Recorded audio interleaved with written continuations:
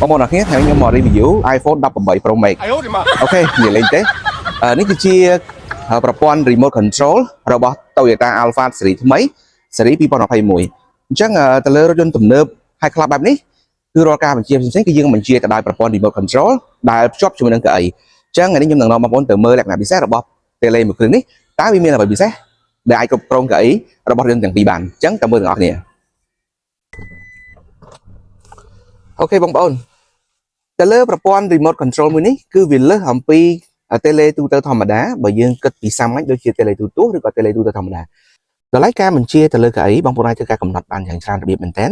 ទៅលើការបញ្ជាជាឯកជនភាពរបស់យើងផងដែរដោយបងប្អូនអាចបញ្ជាតម្រេតក៏បានកៅអីខិតទៅមុខក៏បានអ្វីដែលពិសេសនោះបងប្អូនអាចបញ្ជាជាមួយនឹងមុខងារដែល Toyota Alphard តែងតែផ្ដល់ជូនដល់ថ្នាក់ដឹកនាំឬក៏ជាអ្នកជំនួញឬក៏ម្ចាស់រថយន្តជាមួយនឹងប្រព័ន្ធកៅអី Massage ផងដែរយើងជជែកអំពីការកំណត់ទៅលើមុខងារ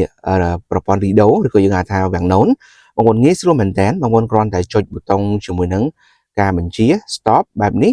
ឬក៏យើងមានពាក្យថា open ប្រព័ន្ធ Rido បងប្អូនទាំងសងខាងនេះគឺវានឹងធ្វើការបើកដំណើរការទាំងអស់តែម្ដងក្រៅពីនេះទៀតបងប្អូនក៏មានជាមួយនឹងប្រព័ន្ធកំសាន្តតាមរយៈការបញ្ជាជាមួយនឹង screen digital កំសាន្ត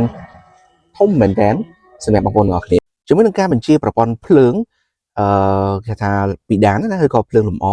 បងប្អូនអាចបញ្ជាបានរហូតដល់ច្រើនជម្រើសទៅតាមតម្រូវការកាន់តែពិសេសរថយន្តនេះក៏មានបំពាក់ជាមួយនឹងភ្លើង illumination ជាភ្លើងលម្អរហូតដល់14ពណ៌ទៅតាមតម្រូវការបងប្អូនផងដែរវ៉ាវ